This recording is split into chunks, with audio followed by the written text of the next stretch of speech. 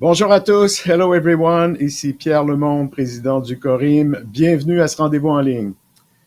We are pleased to have with us today the President of the Council on Foreign Relations, Mr. Richard Haass. Hello, Richard. How are you? Bonjour. Good to be with you. Well, thank you. It's an honor to have you with us. You know, your participation is truly appreciated. You know, the CFR is a role model for international relation think tanks around the world. So really, thank you again. Today's discussion will be about your most recent book, a New York Times bestseller, The World, A Brief Introduction. Insightful reading, by the way. I had a chance to read it. Very good.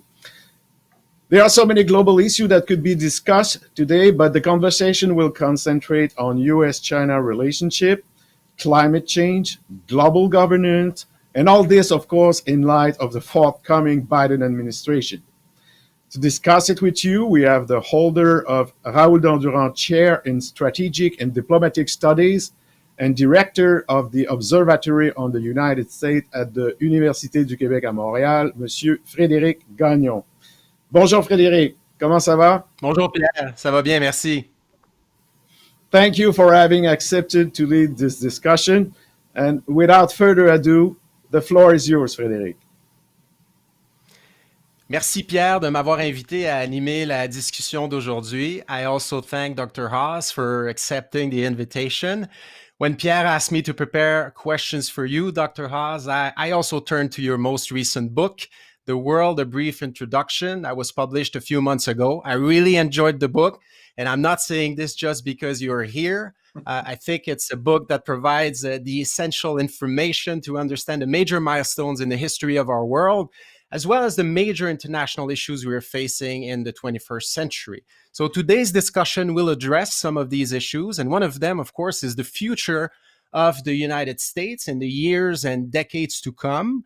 We know that Joe Biden has been elected president of the United States. We know he will begin his term in the White House on January 20. So my first question to you, Dr. Haass, is what can Americans in the world expect from Joe Biden? And what do you think will be his priorities in domestic and foreign policy during his first months in office? Well, first of all, thank you for doing this, and thank you for having me as your guest today. And it's wonderful to see what this institution has built over the last, one-third of a century. So congratulations. Look, you ask a big question. I think the initial priority for President Biden will be dealing with COVID. And we say in America, when you buy real estate, when you buy a house, there's three laws: location, location, and location. And I think when it comes to the first 6 months of Mr. Biden's presidency, it is going to be COVID, COVID, and COVID. And he has the vaccines to work with. Hopefully we will have better testing. Hopefully we will have better therapeutic drugs. You will have a president who will advocate for people wearing masks, for social distancing. And I think the understanding is that we have to make tremendous progress against the pandemic if we are going to be able to make progress on everything else, beginning with the economy. So I think that will be the initial focus. But that said, the world never says to the United States or Canada or any country, go sort yourself out, take as much time as you need, and when you're ready, we'll be waiting for you. So the rest of the world will continue to do things. And I think you'll also see the administration re-enter certain international arrangements, the Paris Climate Accords for sure, the World Health Organization, and you'll also see a renewed emphasis on consultations with allies. Canada, obviously, our allies in Europe, and in particular, our partners and allies in Asia. But all that said, I come back to where I began. I think the initial focus for President Biden and Vice President Harris will be more things domestic. And in particular, also, this is as you know, you watch us closely. This is as divided an America as I've ever seen. Mm-hmm. And I think beginning with his inaugural address on January 20th at noon, I think the message will be that he's now the president of all Americans, including the 70 million Americans or so who did not vote for him. And he has got to begin a process of bringing this divided country together. That's a very important issue. We will talk more about COVID-19 later during the discussion. The second topic of today's discussion is China. I would like to hear you a bit on China. Over the past 4 years, as we know, Donald Trump has taken a hard line on China, including the decision to wage a trade war against this country. You talk about this in your book. On page 94, you say that the relations between the United States and China have become increasingly conflictual in recent years. I have two questions about this. Is it possible to avoid conflict with China in the future? And what do you think is the best approach to manage the rise of China today? Well, the good news is the answer to your first question is yes, it is possible. To put it another way, I've been lucky enough to work for 4 presidents, for Carter, Reagan, Bush, and Bush, and almost nothing is inevitable. The decisions that people make obviously have real consequences. Now, in this, China has a vote as well. What China says, what China does, will have a big impact on the relationship. And quite honestly, and as you know from your own experience in Canada, Xi Jinping's China is a very different China. It is more repressive at home. It is more assertive in its foreign policy. It is more competitive economically. So it's going to be a difficult relationship. And I think the challenge for Mr. Biden will be, how does the United States push back against China on human rights, on economic espionage, on militarizing the South China Sea or threatening Taiwan? How do we push back in a way that hopefully does not lead to conflict, and also still will allow the United States and China, say, to cooperate on North Korea or on global health or on climate? So that's the foreign policy challenge. It's possible, but it will take very deft, DEFT, very deft handling by the United States and China both, and we'll see whether the two governments are up to it. I think the best way, going to your second question, the best way to succeed vis-a-vis China, and this will be a big difference between President Biden and President Trump, will be that we should not and will not do this alone. I think the era of American unilateralism for the time being is largely going to be over. And I think you will see closer coordination with our NATO allies and with our Asia Pacific allies in dealing with China, whether, again, it's on human rights or strategic challenges or, for example, the flow of sensitive technology to China. I think all of this, the instinct of the new American administration will be to coordinate with our partners and allies. I also liked your book because it presents in a clear and concise manner virtually all the international challenges facing our societies today: globalization, cybersecurity, and so on. And among these issues, global health, we talked about this a bit earlier, and climate change are receiving a lot of attention these days for obvious reasons. And I think our audience would like to hear more about these two issues in the next few minutes. On global health, we talked a bit about COVID-19. We know that the pandemic has been extremely challenging for most countries around the world, the United States, Canada. The virus has demonstrated the fragility of our health systems, the vulnerability of our economies, and the damaging effects of globalization. You talk about globalization in your book. What do you think we will have learned from this experience, and what should we change at home and in what you call global governments in your book to avoid the next world pandemic? What I'm hoping people learned is that in a global world, there's no such thing as local. In this case, what began in Wuhan, China, didn't stay there. And there will be future outbreaks of infectious viruses. The challenge in the future is to see that the next outbreak of an infectious virus does not become a pandemic. Pandemics are not inevitable.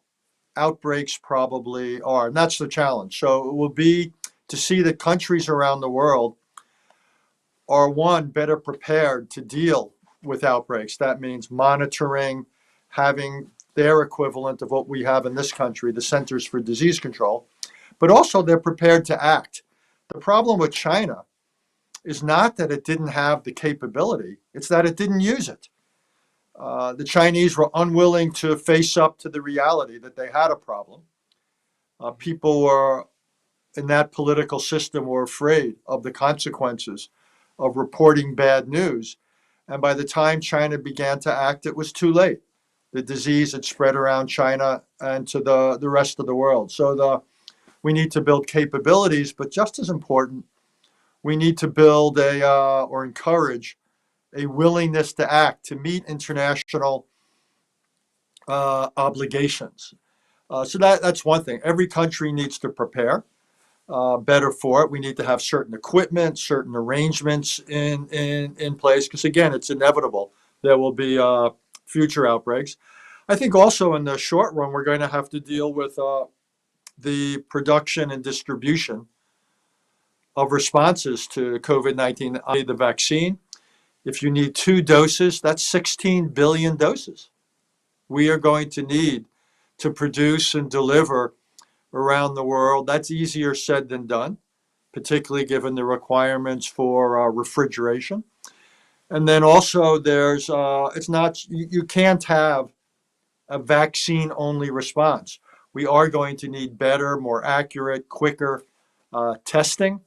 We're obviously going to need therapeutic drugs and so forth. So we need a global response. And right now, there simply are inadequate commitments and inadequate capabilities for seeing that the entire world gets what it needs on terms they can afford and in a manner that they can actually carry out. So I think there's still a lot left to deal with COVID-19 in my country and around the world.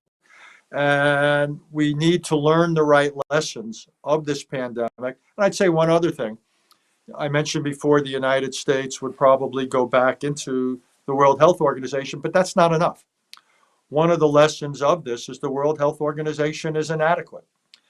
And I, for one, am skeptical of the ability to reform it enough because, like any other UN body, it is sensitive. The leadership of the organization is sensitive to the positions of sovereign states, particularly major powers like China, like the United States.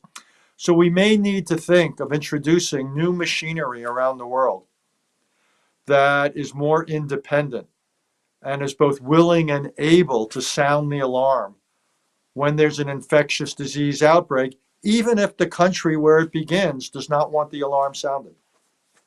Mm-hmm. I also mentioned climate change a few seconds ago. I would like to ask a question about that.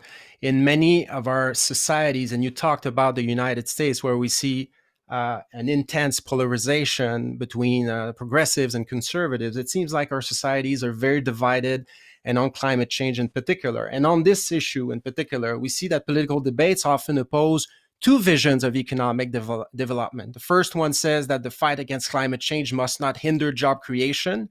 And the second vision argues that we need to adopt less unbridled economic policies to protect the planet. In your opinion, which of these 2 visions is most likely to prevail in the aftermath of the pandemic when our leaders try to pull our countries out of the economic crisis fast? Look, I think for the next 6 months, governments will do what they feel they have to do to get people back to work. There's a tremendous need to do that. But I wouldn't generalize or draw big conclusions for what happens over the next 6 months. So coming back to your choices, the idea that there's a choice to be made or a tension between being responsible on climate change and putting people back to work is just dead wrong. If one looks at green technologies and green jobs, they'll be job creators. So we can do the right thing vis-a-vis climate change, and we can do the right thing for the economy at the same time. This is a false choice. And I think that will gradually be the case. We're going to have a slow transition to reduce reliance on fossil fuels. It's already begun with coal. That will essentially fade. And gradually, the use of other fossil fuels will fade, probably over the next 30, 40, 50 years.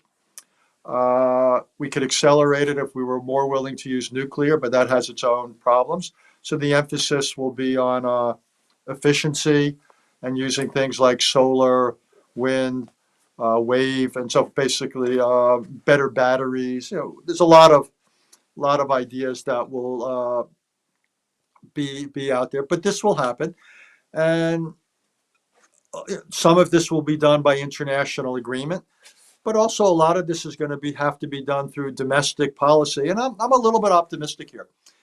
When I used to go around the United States, back when we could all travel, which was what, 9, 10 months ago now, I would go a lot to college campuses. And on college campuses, this was a big issue. And my own hunch is the Republican Party in my own country is going to change on this issue. I don't know if it's going to change in 6 months or 2 years or 4 years, but the day will come when the Republican Party will also understand that climate change is a threat. I spend a lot of time, sorry to go on so long, but I spend a lot of time talking to religious leaders. One of the programs we have at the Council on Foreign Relations is we do all sorts of outreach talking about international subjects and foreign policy subjects with the people who give sermons every week in churches, in synagogues, and in mosques. And as we talk about, and it happened as recently as yesterday, I said, we learn in the first book of the Bible that God created the heavens and the earth. We are the stewards of that. We are the custodians. We have responsibilities to future generations. And I believe gradually the American society will come to accept that. And what will accelerate it is what's going on in places like California. These fires on the West Coast, these floods, these storms in the center and south of the country. I actually think the center of gravity in the American political debate on climate will change more quickly than people realize. That's interesting, knowing that Joe Biden might have to work with a Republican Senate. We'll see what happens on January 5. But if Republicans accept to go forward with some of his green policies, that would confirm what you're saying about the evolution of the Republican Party on these issues. So it's going to be interesting to watch. Yeah, and I don't know if it will happen as quickly as you say, starting in January, but I do think it's a question of when and not if it happens. It still may be months or years away, but we will get there. And there's a generational effect as well on these issues, as we can see in polls and things like that. Yeah. Let's talk a bit about Canada, if we may. Your book describes Canada as a medium power. What does your book says about the role of medium powers like Canada in today's world? What are the main international challenges for countries like Canada today, and how could Canada make a difference on the world stage in the coming years? Can I begin by asking you a question? When someone from the United States describes Canada as a medium power, do you find that a compliment, an insult, or something else? I'm curious. I think it's just reality, to be frank. And we see that in many other books. So I'm not offended by that, personally. Okay, we could ask the audience, though. I'm sure there's a debate about it, but I'm not offended by it. You have to look at facts. I would not want to offend my gracious host here. So thank you for saying that. Look, I think countries that are medium powers, there's two ways they can act in the world. But principally one way, which is they're not big enough to act by themselves. Canada simply doesn't have the power, whether it's military power, economic power, whatever. The population isn't sufficiently large. So what countries like Canada have to do is find partners. And I've had this conversation with Chrystia Freeland and others many times, but I think Canada has real potential in terms of putting together coalitions, as I like to call them, coalitions of the willing or coalitions of the willing, able, and relevant to deal with various global challenges. So Canada individually can be a great source of ideas. There's no, whether it's from this think tank or other institutions or from your government, Canada can be, size doesn't matter, power doesn't matter when it comes to the potential of an idea. So Canada can be a source of innovation and creativity for ideas about how to meet. We were talking about global health. So if Canada has ideas about reforming the machinery of global health, let's hear them. If Canada has ideas about what the world could and should do on climate, let's hear them. If Canada has ideas about structuring the digital space, the internet, let's hear them. I think Canada could be very important there. And there's another way Canada could be important. When a former justice on the American Supreme Court, Justice Brandeis, once talked about the states, the individual 50 states in the United States, or then there were probably 48, and he talked about states being the laboratories of democracy. And the idea was that states would be the venue where often innovations would be introduced and tried. And then successful ones could then be brought to Washington and potentially introduced nationally. And we've seen that in recent years with healthcare, with welfare reform, and so forth. Canada could also do that. Canada can be a country. Canada can be a society and economy, which could be a laboratory for many other countries, where things are tried. And where Canada then succeeds, others will want to emulate Canada. So the power of example. I also think the United States and Canada have real options to do things together. One thing that's coming out of this crisis, the pandemic, is a new concern about what you might call the fragility of supply chains, the potential for supply chain disruption. So one thing that comes to mind is, what about the possibility of the United States that are working together on this, perhaps under the USMCA, that we would create certain stockpiles, or we would create certain joint production capabilities of critical materials. So the next time a supply chain is disrupted, be it because of disease or earthquakes or terrorism, civil wars, what have you, the United States and Canada could have something of a collective response. So I think there's lots of things that Canada can do, to use an expression, to punch above its weight. I want to go back because I see that time is almost up for this part of the discussion. I think one of the last themes I would like to discuss with you today. There's one theme, and it's reminiscent of the title of an album by the famous Montreal singer-songwriter Leonard Cohen, and it's The Future. Uh, the question goes like this: what do you think the world, because you write a book about the world, about the history of the world and where the world is going, what do you think the world will look like in 25 years or even in 50 years when our children and grandchildren write books like you about world politics? I know it's a tough one, but it's always fun to give it a try. I will resist the temptation to go off on a digression about Leonard Cohen, who is the subject of more than a little debate between some of my friends and I as to where he ranks in the pantheon of songwriters and singers. But we won't go there. Maybe another time. Another time. I can't answer your question simply because history is yet to be written. There's lots of ways it could go. I could imagine a situation where the United States and China would fail to create a working relationship, and that we would have something that would be different but still have elements of a Cold War, of a world in some extent characterized by friction or worse between the United States and China. I can imagine a world where the United States recovers in many ways.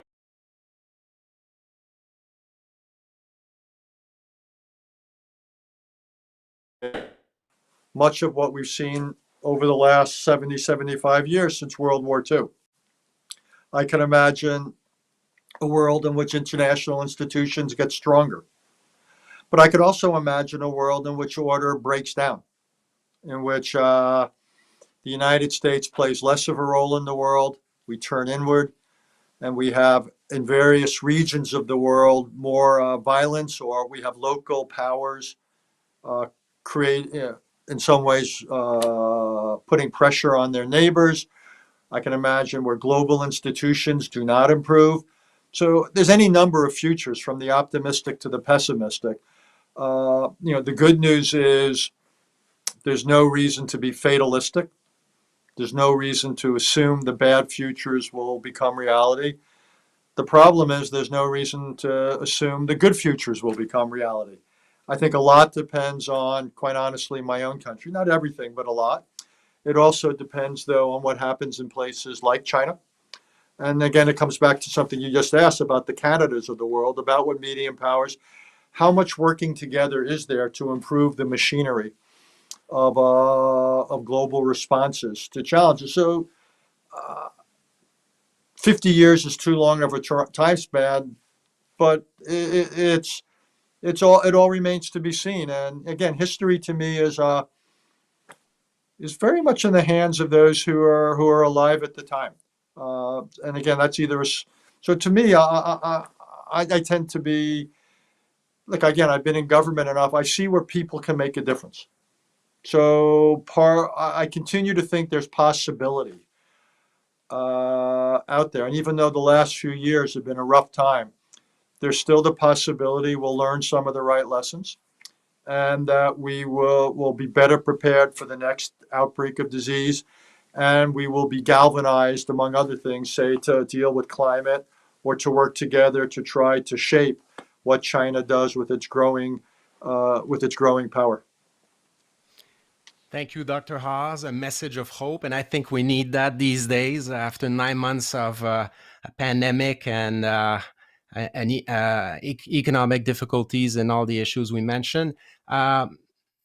We still have some time left for questions from the audience. If I may ask you 2 questions from the audience, I just got them from the Corim. The first one is from Robert Yalden at Queen's University, and I'm going to read it to make sure you get all the question. You note in the world, in your book on page 48, that the financial turmoil experienced in 2007 and 2008 and the measures required to deal with it led to an increase in inequality, stagnation in middle-class wages, and a rise in populism, not only in the US, but also in other countries. The question is, what advice would you offer the incoming administration in the US about the role that US foreign policy, including trade policy, can play in helping other countries to deal with pressures arising from the pandemic that risk accentuating these very troubling trends? Well, it's a great Big question, and what you just said at the end is exactly right. All of those trends have been exacerbated by the pandemic. Inequality, in my country in particular, coming out of the pandemic is much, much worse. The concentration of wealth is much more pronounced. Just today in the United States, the poverty figures, more than 10 million Americans are living in such conditions of poverty. This is the breeding ground of populism. So yes, one of the responses will be a greater government role in the society and economy. And that's a conversation for another day, the pluses and minuses of that. But I actually think, since you raised trade, trade is one of the potential engines of recovery. There I'm less optimistic, because I'm worried in the United States that support for free trade agreements is quite modest. And this is an area of bipartisanship I regret. We have elements in the Democratic Party and elements in the Republican Party, both, who are skeptical of trading agreements. The United States, for example, as you know, helped negotiate what was the Trans-Pacific Partnership, and then we pulled back. The previous administration negotiated it, didn't go into it, and the current administration, Mr. Trump's, didn't pull the United States back from it. And it's not clear to me what the new administration will do. And that's too bad. It's too bad in terms of trade and economic growth. It's too bad in terms of dealing with China. So my fear is that we will not take advantage of the potential of trade to be the sort of engine to help us, not just us, the United States, but the world. My concern is we won't take full advantage of trade. Let me say one other thing. I'm interested in the possibility, though, of trade, and it could be something that we could use to build a coalition. This, what I'm going to say now, is not a widely accepted idea. But trade could also be used to advance climate-related goals. If you have trade agreements, imagine the United States, Canada, Mexico agreed on certain climate-related principles that if you wanted to export to the United States, Canada, or Mexico, you had to meet certain standards of fuel use. And if you didn't, you would have to pay some tariff or tax. That would be interesting. So I actually think there's the potential of trade to help us on climate, and maybe that would help us build a coalition, a broader coalition in support of trade agreements. It's a different sort of approach, but I think it's one worth exploring.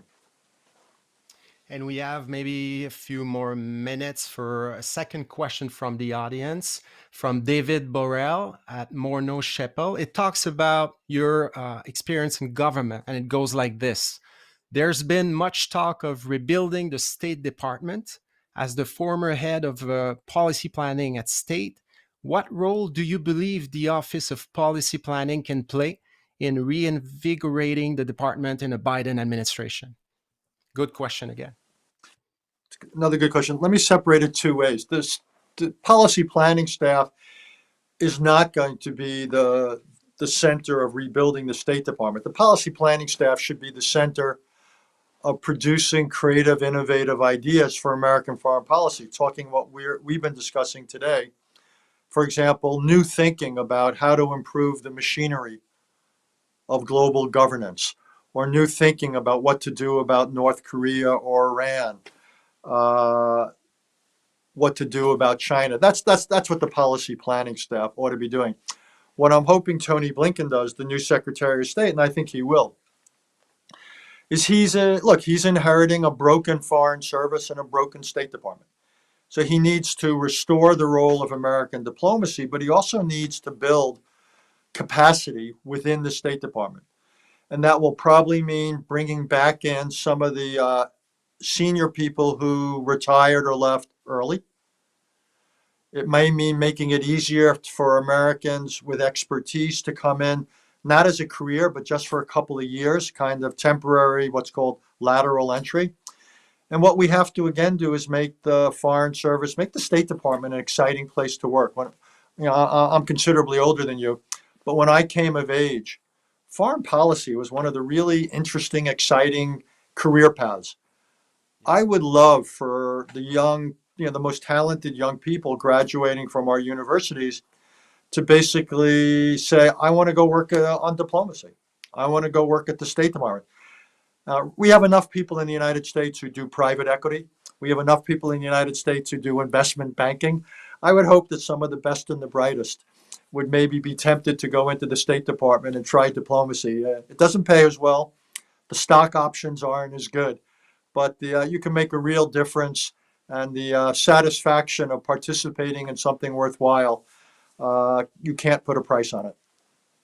And one of the goals of your book is to make sure the younger generations are interested in international relations, international politics. You want to contribute to improving their global literacy, as you say in the book. So I think it's a very good start, and I hope the younger guys, if I could call them this way, get more interest in international relations as well.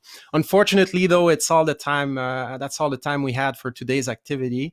Dr. Haass, on behalf of the Montreal Council on Foreign Relations, thank you once again for accepting this invitation. There's no doubt that the audience that has come to hear you today is better equipped to understand key issues in our world today. Thank you. Et au nom du Corim, merci à tous et toutes d'avoir été présents à ce rendez-vous en ligne. Thank you. Merci.